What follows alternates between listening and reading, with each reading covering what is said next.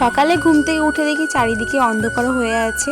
তার কিছুক্ষণ পর একটু একটু রোদ উঠেছিল, আর মা বাড়িতে ছিল না, সেই জন্য আমি রান্নাটা চাপিয়েছিলাম। যেহেতু আমাদের ধান করেছিল, মাঠে বিচুড়ি ছিল, সেগুলো মা মাঠ থেকে বয়ে নিয়ে আসছিল, তাই রান্নাটা আমিই করব। আমি ভাবলাম মা কষ্ট করে বাড়ি আসছে, আবার রান্না করবে, আগুনের ধারে অনেক কষ্ট হবে। প্রথমে উচ্ছে ভাজা করে নিয়েছি আর ভাত বসিয়েছিলাম, তারপর এখানে ঝিঙে তেল কাটা করব, তাই ডিমটা ভেজে তুলে নিয়ে রেখেছি। তারপর এখানে মা যেভাবে ঝিঙে তেল কাটা করে আমি সেইভাবেই করেছি। তো এর মধ্যেই মা বাড়িতে চলে এসেছিল, তারপর ঢেকে রেখে আমি পটল কাটতে বসেছিলাম। তখন মা এখানে এসে রান্না করতে শুরু করে দিয়েছে। আমি বললাম, তুমি কষ্ট করে বাড়ি এসছো, তুমি আবার কেন রান্না করতে গেছো? তো কে শোনে কার কথা, মা তো রান্না করবেই।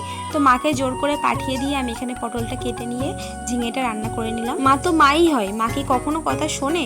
মেয়ের কষ্ট হচ্ছে বলে নিজে কষ্ট করে এসে আবার রান্না ধারে গেছে। তাই মাকে আমি বাইরে পাঠিয়ে এখানে পটলের শাঁসটা রান্না করি। আমাদের মুরগি দেখো কতটা বাচ্চা তুলেছে, তাই ওদেরকে একটু খেতে দিয়ে দিলাম। তারপর রান্না হয়ে গেছে। বৃষ্টি আসছিল বলে যে বিচুলিগুলো বয়ে এনেছিল সেইগুলো বাবার মা গাড়া দিচ্ছিল। যারা মাঠে চাষবাস করে তাদের আর কোনো বসারই সময় নেই, কি আর বলবো। তো দেখো আমি একটু কাজ করে দিলাম হাতে হাতে। তারপর বিকালে পড়াতে চলে গেছিলাম, পড়িয়ে বাড়ি এসে বাবা চা করেছিল, তো চা আর বিস্কুট আর নিমকি ভাজা খেয়েছিলাম। তো ভালো লাগলে লাইক করে দিই, বাই।